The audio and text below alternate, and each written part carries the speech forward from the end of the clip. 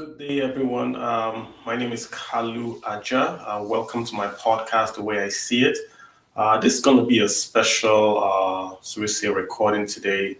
We're analyzing all three main political candidates. So that's going to be Atiku Abubakar, Bola Tinubu, and Peter Obi.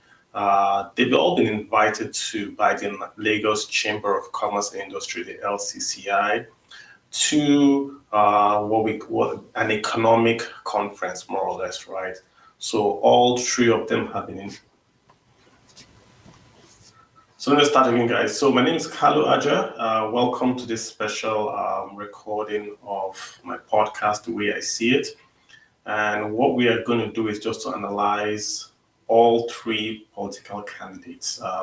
The Lagos State Chamber of Commerce and Industry has invited the three main contenders, more or less, Atiku Abubakar, Peter Obi, and Bola Tinubu, to do a presentation, as it were, to the Lagos State Chamber, right, on their plans, mostly economic plans. So this interests me a lot because this is the first time we get to see them talk about the economic side of their pitch to become president. So very, very important for me. All of them would be here. So it's the same venue, same topics. They will all present, and then we can have an inkling to what their economic plan is, and then we can sort of like break it down for you guys. That's what we're doing today. So Atiku Abubakar has gone first, and I have his speech in front of me. I've taken time to read it over. And my idea is just to sort of like break it down so that we can understand what he's saying at a personal level. So we know what questions to ask, more or less. Now, normally if I listen to a politician running for president or even for a CEO say, I want to give you an economic plan, I am looking for specifics. I am looking for, I want to do ABC. It's going to cost me X amount of Naira. And these are going to be my success factors. This is how you know I have succeeded. So those three things have got to be there for me. Specifics on what I want to do, how much is going to cost me, and then how will I measure success. So let me just get right to it on what I've read about Atiku as regards his presentation. He gave about an 8-point presentation, 8 points on what he wants to do, right? He first of all started off by talking about the current situation. I think we all know the current situation. It's not that good, so we get it. He ran through the current situation. The private sector is suffering. The APC government has not delivered on its promises. I think we get that. Then he gets to what he's going to do. And then he made some very good points. He's saying the economy is crawling, the jobs has taken flight, Nigerians are poorer and more miserable, Nigeria is dressed in borrowed robes. These are all his quotes. Capital has taken flight. These are all his quotes. So that is fine. That is laying out what he has met. So he then gives us his 8-point agenda, or what he wants to then do. And my first comment is that there's a bit of lots of buzzwords that are being used, not a lot of direct statement to say this is what I want to do. And I'll give you an example. The first topic there, he's saying, I want to have a warm handshake with the private sector. What does that mean? He's saying, I want a strong, productive, pro-growth private sector. What does that mean, right? Those are nice to hear, nice to say, but we want to get specifics. What does a warm handshake with the private sector mean? What does it mean for taxes?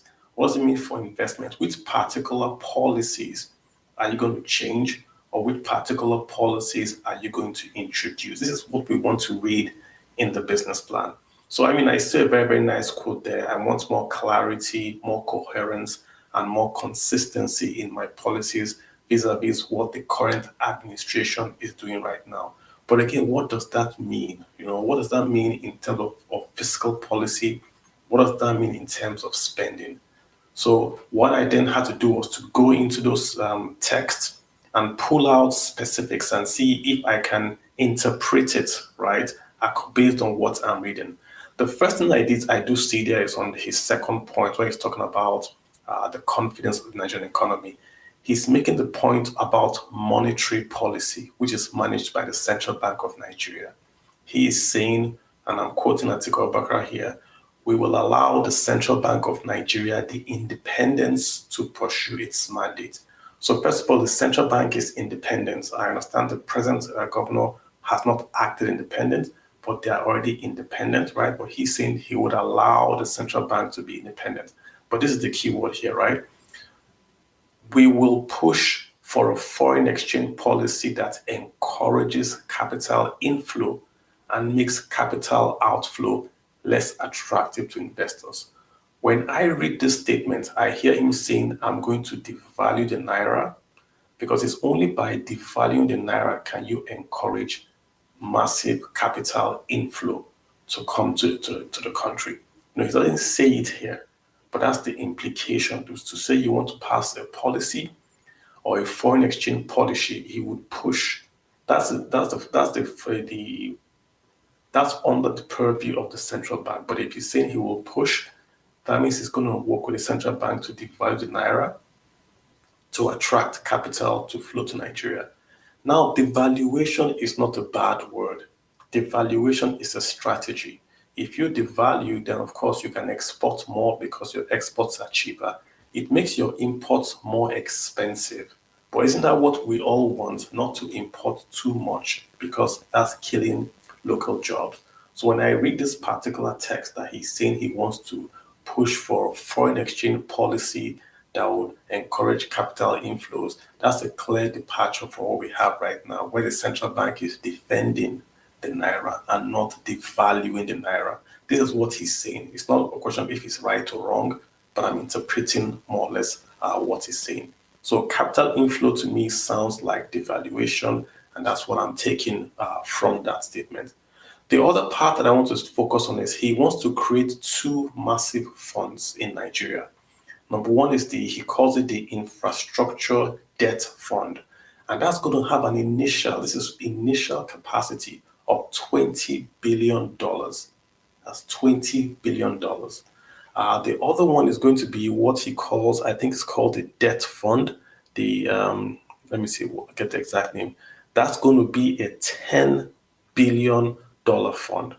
And that's going to be set up in its first 100 days.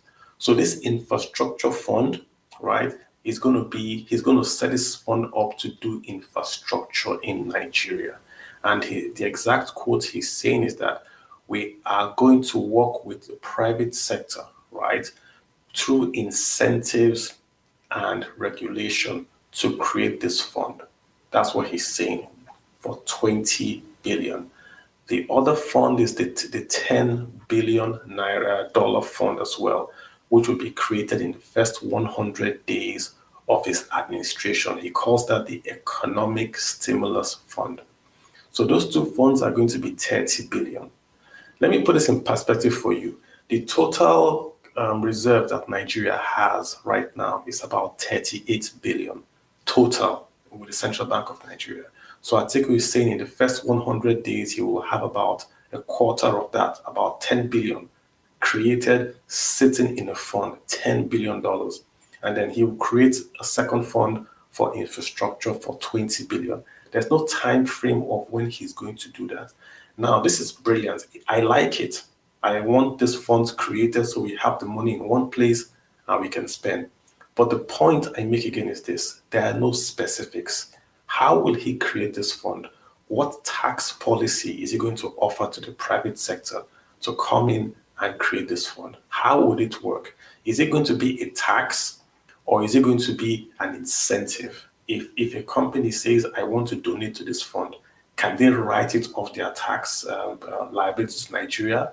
Or is it going to increase and tax them and then take the money and put into that fund? These are the questions that I expect to see in a presentation to an economic forum, right? Not the buzzwords at a very, very high level.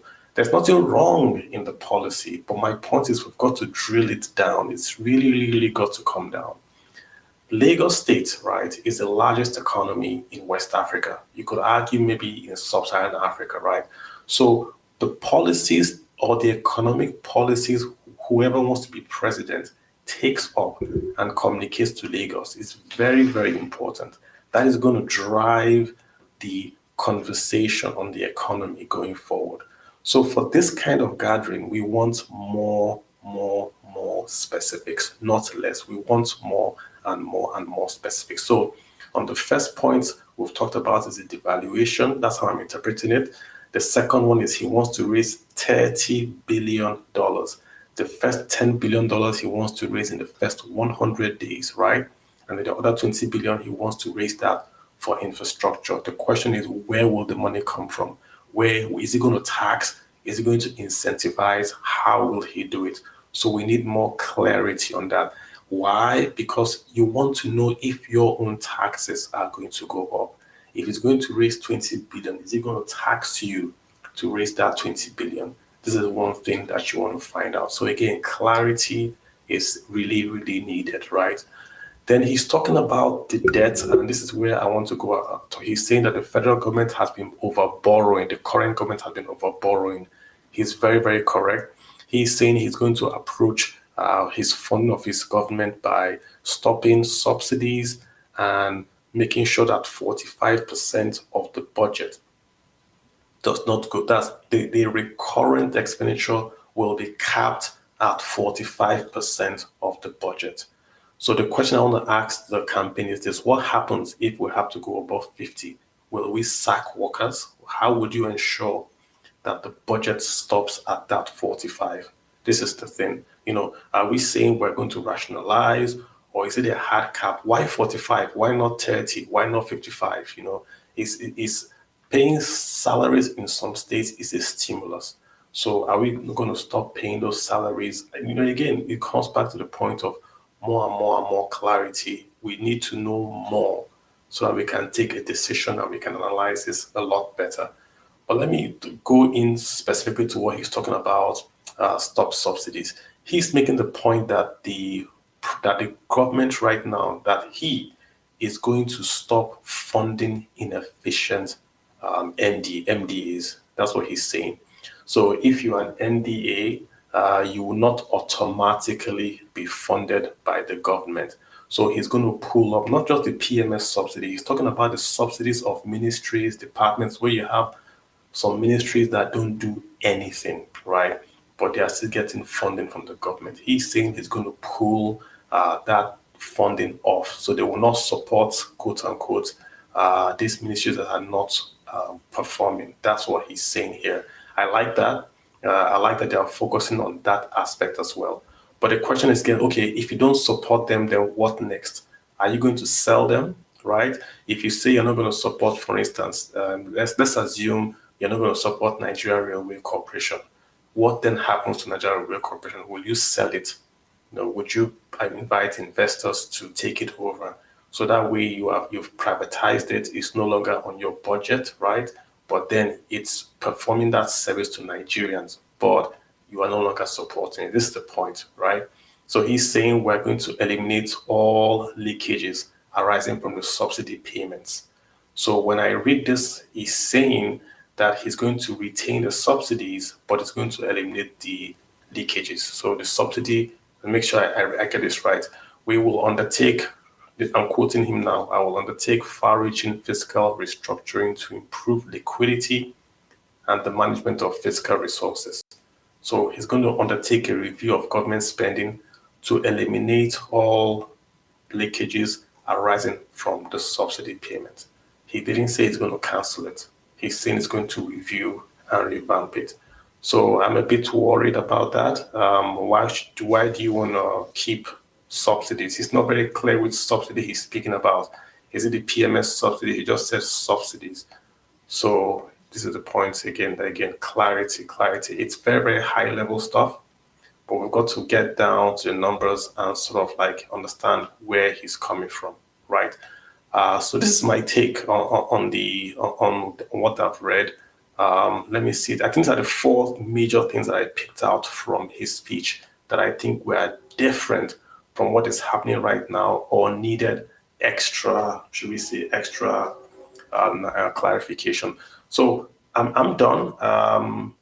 Overall, Lots of buzzwords, like I said, lots of buzzwords. There are lots of opportunities for him to be very, very particular and make a statement that we can hold him on. But he doesn't make those statements. Like when you say you want to create 30 billion, from where? When you say you want to work with the central bank to make them more independent, but that you pursue a policy of stable interest rates, stable exchange rates, and also will encourage capital inflow. What does that mean? Does that mean you're going to devalue? He was very specific. He's not doing one for one, but he wants to chase stability. If you are chasing stability, that means you are chasing supply. You want to increase the supply of dollars. If you want to increase the supply of dollars, that means that you want to have a devalued naira, which would then attract foreign portfolio investments to come into the country. All right, guys. So I don't know if anyone has any comments, maybe a question before we. This is just a recording I'm doing, and I'm going to put it up on the podcast and, of course, on YouTube, so you guys can go back and read it up. The speech is online. You can grab it and read it for yourself. I just know what he's talking about. So, I mean, if you want, Kelly, I see you're here. Did you have a comment or so?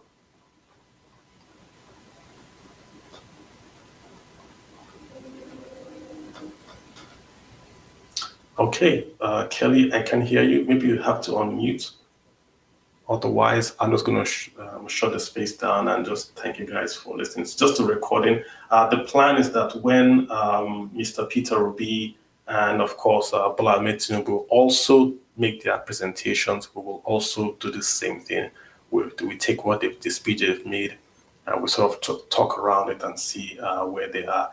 This is the first glance, per se, right, of what they are talking about as regards the economy. The 2023 election, guys, it's about the economy, nothing else. It's about the economy. Who's going to create jobs? Who's going to save the naira, right? Who's going to fix infrastructure? That's what this election really is all about. Nothing else. Economy. If you fix economy, you are fixing security. If you fix economy, you're fixing education, health. You are fixing lots when you give people a job, a real job. All right, Onyi, see, how are you doing, sir? I'm all right. Carlo, this is Henry. We've interacted in spaces before.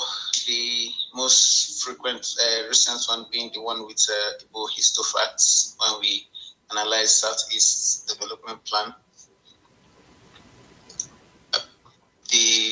So I listened to the analysis of Atiku Abubakar's presentation to the Lagos Chamber of Commerce, and it seems to me like most of his policy documents wants to continue most of what the current government is already doing. For example, what would you say is the social investment fund that the current government already operates, where the current VP shares his 5K, 10K trader money, farmer money from? And how is it different from what Atiku is proposing? Now, I'm aware that the current government is grossly mismanaged and with a lot of incompetent people who are not reviewed or monitored. Is he saying that, he's going to maintain these same structures and then improve management, or is he saying that it's going to create a new social investments type of fund? Because from what I understand, we already have this sort of in place. It's a big building in Abuja, and sometimes they even in the news for the money is being stolen blindly like that. So how is that very different from what he's planning? Yeah, not to speak for both of these guys, but I think what the government has is a social infrastructure fund where they are doing the disbursements to poor households and all that. So they do the 5,000, 25,000. That's a social infrastructure. From what he's talking about, he's going to have two funds. One is for infrastructure, purely infrastructure. So 20 billion dedicated to infrastructure. But a fund set up, he's saying, from the private sector, through regulation and tax incentives, there will be a consortium of private sector institutions to operate this infrastructure debt fund of 20 billion. Yeah. So this will go directly to infrastructure projects across the economy. We don't have an infrastructure fund right now. Then the other fund is the 10 billion, which is going to be for the jobs up, I believe. So that's how he's differentiating that's the economic stimulus fund. And he's saying that would prioritize support to medium and SMEs across the sector.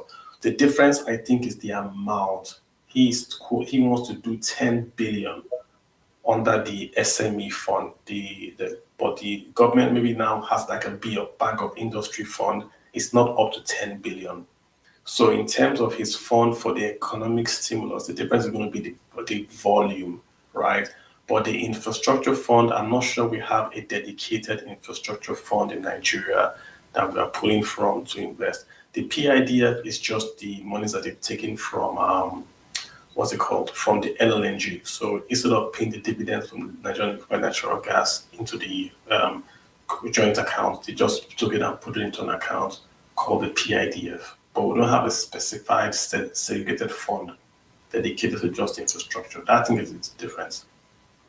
All right. Thank you for clarifying that, because I was going to raise up the PIDF also. And when I checked the mandates of the, you did say that the difference is in the amount, because when I checked the mandates of the social infrastructure fund that is currently available, it's mentioned that part of their jurisdiction was to stimulate MSME growth. Yeah. So that's that. Yeah, so this is more of 1.5 billion dedicated to 10 billion, dedicated to that. It's a massive number. A massive is the total contributions in the entire pension scheme. Total. So, and that took Nigeria about 9 or how many years to accumulate. He wants to accumulate that amount in 100 days. That's the 10 billion. And think about it this way. Right now, as we go into 2023, the US government is going to be increasing interest rates. The Fed is going to be increasing interest rates. So that means in an emerging economy like Nigeria has got to raise rates higher to attract money from America, because in America, they're going to get 2-3% interest rates very soon if the Fed keeps on hiking. So to raise 10 billion to attract investment, you have to offer a very, very high interest rate, or you offer very, very good tax incentive. He's saying he's going to do tax incentives and to attract funds. So again, it's back to the question, specifics, how are you going to do it? So that way we can know if it's going to be a tax increase on Nigerians, or if it's just going to be a fiscal, or should we say, incentive to attract money. That's really my take on this. Yeah. But thanks for the question. I appreciate that. King Kuta, how are you doing, sir? Or anyone? Yeah, hello, Mr. Kalu, and everybody in the space. I just wanted to comment on what you said with regards to Atiku's subsidy plan, subsidy removal plans. The truth of the matter is that I don't think any right-thinking politician in Nigeria today can come out and tell Nigerians during their campaign that they're outrightly going to remove subsidy. Because the average uneducated Nigeria, I know that it's important. We have to remove subsidy. But I don't think any politician has the, should I say, courage to go to the grassroots and tell them that we are outrightly going to remove subsidy because we can't afford it, or so. Because those people don't understand. That is literally the only thing they can hold on to and say that this is what government is doing for us. So I feel like that's why Atiku has been so vague with regards to his subsidy plans. You understand? Just saying, okay, we are going to try and review subsidies and things like that. He has not said it outrightly. But I strongly believe he's one of the people that feel like subsidy has to go completely. Yeah. So that's just... I agree with you. I think in terms of strategy, you are correct. If you're looking for votes, why give your enemy the tools to come back and attack you by saying you're going to take off subsidy? I think in terms of strategy, you are correct. The point I make is that, the government has been very, very smart in calling what we are paying a subsidy. What we are paying is actually a tax. If you took away the incentive, right, if take away the inefficiency of the NNPC, the price you're paying at the pumps will come down with or without a subsidy. The subsidy, what is called a subsidy, so it makes it look like you are getting a benefit. But in reality, you are paying a tax for the inefficiency that the government cannot import, refine, and essentially deliver PMS to you. So look at it that way. I think everyone agrees, apart from this administration, that subsidy has got to go. Everyone agrees, and I think it's going to go. It's just how it's going to go. I think is the difference. But I agree with you in terms of the strategy part. He's being very coy and not saying it. But this is an economic presentation. He's presenting to an economic body. So that's why I'm insisting on more economic information, more data, right? If you were just talking in a campaign rally, we wouldn't be having the spaces. But this is an economic presentation to the Lagos Chamber of Industries. Lagos Chamber of Industries should be the largest chamber of industries in West Africa, and you could argue in Sub-Saharan Africa. So whatever he says here, we have to take it as impending policy. Hence, we're doing this conversation with you. Hey, Kola Badmos, Kolade Badmos, how you doing? You want to unmute, sir? Yeah, good morning. How you doing? Something I do like about his speech is it was very direct about what he was going to do to refineries. Or when he spoke about refineries, straight up he just said, we set them off. Like, no point of trying to revamp or rebuild, just set them off. I think that was positive. I'm tired of hearing repair and all of that shit about all those nonsense strategy about trying to like just paint out, bringing up these dead bodies up again. I think the exact wording on his speech is saying we're going to stop all fiscal support to alien state-owned enterprises. That's his code word for state-owned enterprises. So anything that is state-owned that is not doing well, they will not get any support. That's what he's saying. So if you are a ministry of this or department of this and you can't fund yourself, there will be no support for you. But what I'm asking, how will that work? What will happen to the workers? Will they just go home? What will happen?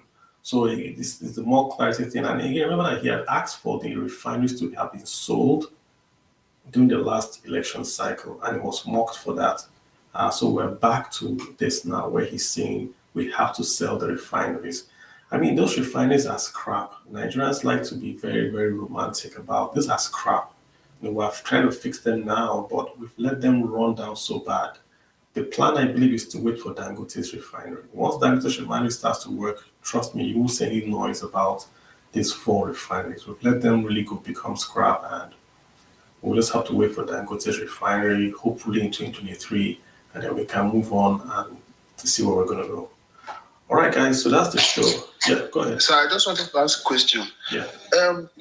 I'm just wondering, will Dangote's refinery actually reduce the price of PMS in Nigeria? Because Dangote is a businessman. He took loans to build that refinery. So I'm just wondering, is it that governments will now be subsidizing our PMS, that's paying Dangote to sell to us at a reduced rate or what? Because I've just been thinking about the whole thing. Yeah, I hate it. Great question. I think, right, we don't know enough information to give a definite answer, because the answer will depend on 2 things. How is Dangote paying Nigeria? Is it paying Nigeria in Naira or dollars? And number 2, how are we paying Dangote? Are we going to pay? What I mean how is Nigeria paying Dangote? Naira or dollars? So how will Dangote pay? How will we pay Dangote? Remember that Dangote refinery is in an EPZ. So he's really technically outside the fiscal laws of Nigeria. He's going to import his PMS into Nigeria and receive the payment. I've heard the Minister of Finance say that Dangote will buy crude oil in Naira. That already is a subsidy right there, that he's going to buy the crude oil in Naira. If he buys that, that's a subsidy. What costs are we eliminating? We're eliminating the cost of shipping, probably the cost of demurrage, probably the cost of the bank loans that we take to pay for the imports. So those costs will go away. So it will impact the pricing, but for how much will really depend on if he's paying in Naira or if he's paying in dollars. Imagine if he's paying in Naira. That means he's going to pay Naira to NNPC to buy crude. He takes the crude, then he refines it. Then he tells Nigeria, I want to sell to you guys in Naira.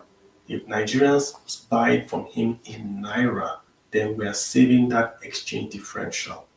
But if we have to pay dollars, then we have to earn the dollars and then give it to him. So so it's two subsidies. Which way will he go?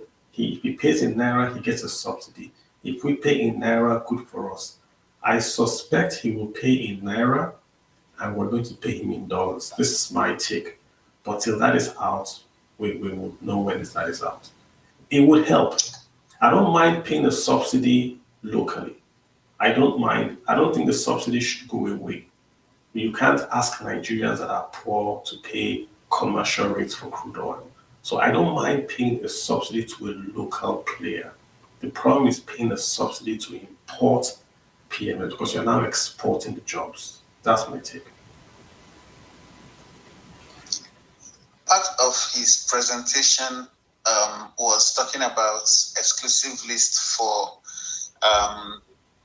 electricity. That's removing it from the exclusive list in the medium term.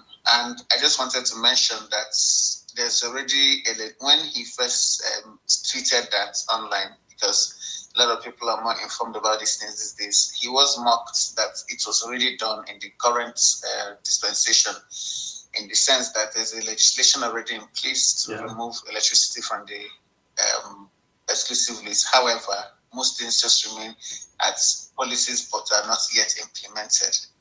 Yes, I just wanted to mention and that. I think his quote is saying, and I'm quoting him here, I will propose legislation to remove the entire electricity value chain from the exclusive and give states the power to generate, transmit, and distribute.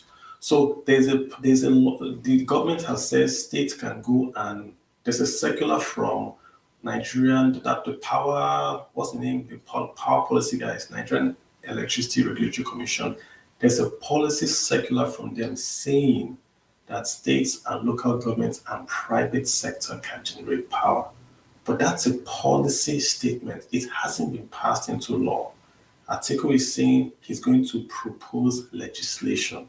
So what I'm hearing him say that he's going to take that policy and make it law, to take it off the exclusive list. Because if it's just a circular, someone can come tomorrow and say that, listen, it's unconstitutional. Look at Sovereign Wealth Fund. If you look at it critically, it's not constitutional to have that fund, right? So you want to be careful that you don't rely just on circulars or laws. If it's in the Constitution, then you've got to go change out that constitutional part. I think that's where he's going to with that. If he does that, that's also positive, The amendment I saw was from the Senate, actually. Yeah, but it's not a law. They haven't passed it, right? All right. I'm just asking, is there a law passed that says... It's been passed, actually. A law passed? Yes, I'm going to find it. I don't think it has been removed from legislative list, from the exclusive list yet. But then they passed a law giving states power to generate their own electricity. Correct. I think the law is passed, but this is still in the Constitution, saying that it's still in the exclusive list. That's what I'm saying. So if tomorrow someone sues and says, hey, this is unconstitutional, what do you do? It's in the Constitution. I don't know if that's what Atiku is saying, because from what we just read, he's saying, I will pass a resolution. So that means he wants to go pass a legislation, which means he's trying to go to the Senate and pass a bill to say, states, you can go ahead and generate power. That's his quote there. Yeah. Let me get Monso. Monso, how are you doing?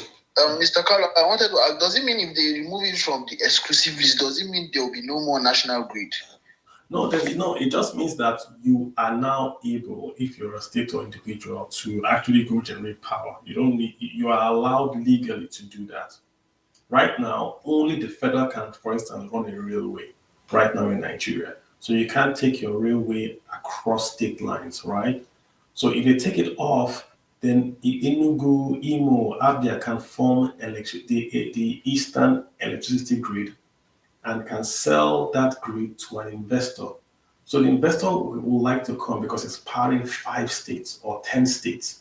But right now, if you come to just one state, the market is a bit too small. So it's not worth your while. So if they allow this, what you see is that many states can come together and form their own smart grid. The Northeast can form a smart grid selling solar power, right? Because now it's worth the while of the investor. He can have 12 states under his grid, unlike what you have now, where you have one national grid. It's not segregated into smart grids or by power. That's where they're going to be that. So it's going to be positive if that gets done. Let me quickly add this guy. I am Eno. How you doing? Oh, I'm good. I actually wanted to add to that, and you just actually mentioned what I wanted to say, the regional grid talk. I mean, that's like the best thing that could come out of this, where states can come together and have a grid. Like in the East, where you have coal, they can come together and build a coal power plant and then have their own distribution. And any excesses they can actually sell to other regions. True. The North, where we have the dams and the water hydro, they focus on hydro. Then the South, where we have the gas, they use gas and generate their own power. And if it's in excess, you channel it to other regions. So I think this is a very good policy. It's a very good plan, and if it works out, it's really going to help with our electricity problem. Yeah. Go ahead, sir. Go ahead. Sorry. Yeah, and I just wanted to add that what you were saying about Dangote's refinery. In my own opinion, I think there is kind of precedence. If we look at the cement and the sugar and all that, did it really bring down the prices, or did it actually turn out to be a kind of a monopoly and prices keep going up? Great question. Never come back down.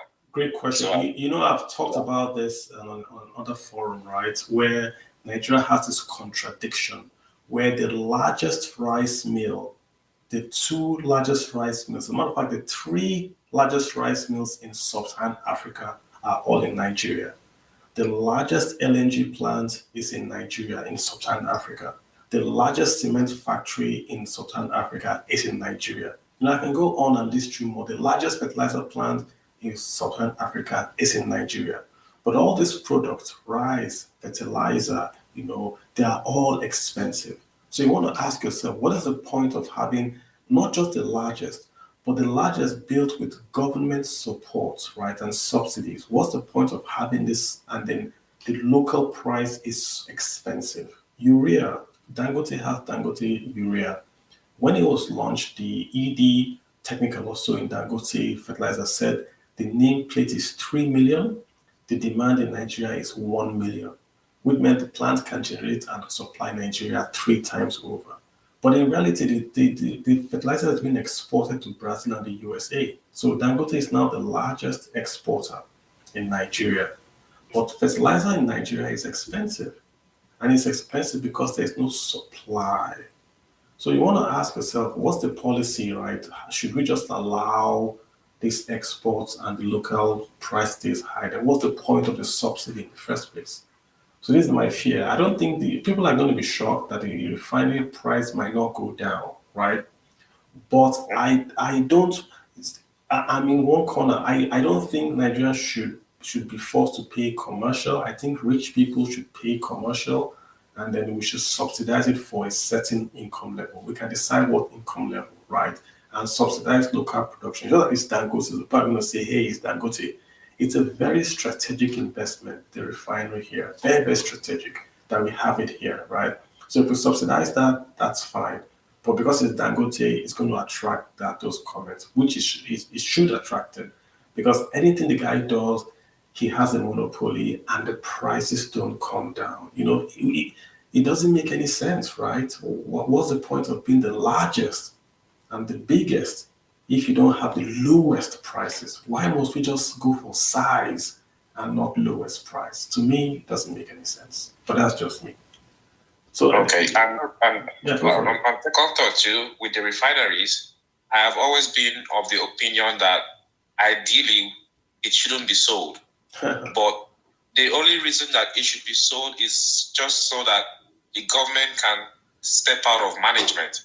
I've always pushed the notion that if we are to sell, we should sell, I would say, majority stake to private sector and retain, say 40%. Why? That way, we still retain our assets and leave the management part of things. Yeah. Why? Give me your reason why you want to retain it. Why? I mean, it's more or less like a management problem. If you retain, I mean, you don't really need to sell national assets for like that. So if you retain, say 60, like just like we have the oil, joint ventures with the oil and gas, the oil companies, the Exxons and the Shells, the federal government retains, say, even at 60%, but they don't produce. They don't what do you call it? They don't manage the ventures. They just retain their percentage. So if we can replicate the same thing in the refineries, the private sector will come in, they will chase their profits, make it work, chase their profit, and we still retain our national assets where we get something from it. I hear your thought process. There's nothing wrong with it. I'm just asking just to generate conversation. But I'm just saying, isn't it easier to just sell it and tax them? Just tax them and get the revenues. Look at PFAs. Who owns PFAs? Private sector. It's a success story. Look at LNG. Who owns LNG? We're a minority stakeholder. We have no business in that place. That's why it's functional. If you put a Nigerian to run that place, i.e., the government to run LNG, give it 2 years, they'll be on strike or something like that. So I'm just afraid I don't want any government guy near it. I mean, like you said, let the private sector run it and tax them. It's the same benefits you get. So the article is saying if you don't make money, he will cut you off. The refineries are not making money. Ajaokuta is not making money, but we're still paying salaries. Right till today, we're still paying salaries. So that's what he's trying to imply to say, listen, if you're a refinery and you're not producing, we're not going to pay your salaries. That's what I hear him saying without saying it. But I'm saying, go ahead and say it that way. So I just understand that it's not a surprise, really, for us. So someone just shared the bill. Someone shared the Senate bill. Thank you for sharing that. It's a bill to alter the provisions of the Constitution to allow states generate, transmit, and distribute electricity in areas covered by the national grid. So there's a bill passed by the Senate. The question is, has the House passed this bill, and has the President passed this bill into an act? So it has to be an act. This is just a bill. Even if this shows it was passed, so the Senate has passed the bill, but there is no act, which means the House and the President have got to sign more or less. Yeah. Okay. And I think since it's a constitutional amendment, the states, the House of Assemblies have to ratify. Correct. So we're just at stage 1 for now. And and we're about to close down. If they don't pass it before the shutdown for new government, they have to start all over again. So, yeah. I've got Captain. What's on your mind? Captain Smack. Nice name. Hey, Miss Captain, you're also here. Hi. Hi, good morning. Thank you so much for the forum. So I'm just like the last speaker was saying, I just wanted to contribute on the whole privatization agenda and selling the refineries. I believe they should be sold and outrightly. Mm-hmm. The government shouldn't have to deal with that redundancy. That being said, then there's also the issue of getting it right and who are the investors that these assets are going to be sold to, if they are going to be sold at all outrightly. During the previous administration, where Atiku Abubakar was part of heading this privatization. A lot of accusations about not following due process and selling some of these national assets to investors that actually did nothing with those investments. Like we could say power was at a point privatized, and then what has become of power now in Nigeria? It's not like this has become better or like it has become, could I say, new? Yeah, so these are some of the questions that he has to answer. He has to be able to say, okay, this is how we're going to go about privatization, and possibly these are the gains that we're going to get. Because just like recently we heard that NNPC has been changed from NNPC to NNPC Limited, and then the common man is like, is there going to be fuel or there's not going to be fuel? So we don't actually really mind if you're privatizing or you're leaving it in the hands of government, but let's just see like the real value adds in all these initiatives. That's pretty much what I want to say. Yeah, I mean, it's a good call out because the power thing, the idea was good, but I think they've done a lot of work. There've been a lot of new investments flow to the power, the privatized power. Look at Ugeli. They've gotten new turbines. Look at Egbe. They need new turbines, investment. They've gotten a lot done with the privatization. I just think that there are other issues like tariffs. They have to increase tariffs to make their money back. And Nigerians don't want to pay more for power. So it's a complicated story why we don't have power, even though it's privatized. But what we have now is better than what we had. It's better than NEPA. It's better than PHCN, what we have now. So it's always a good idea to bring in folks that have got that are driven by, so we say, quote unquote, greed or capitalism, because if it doesn't work, they don't get paid. So Nigerian government does not have a good record in managing assets. That's just the reality. If you take a Nigerian asset, look at Eleme Petrochemical, wasting away till someone comes in there, turns the place around, and it's now a multi-billion-dollar asset that Nigeria owns. So if we can't manage stuff, sell it away or lease it out and just tax them and get your tax revenues and move on.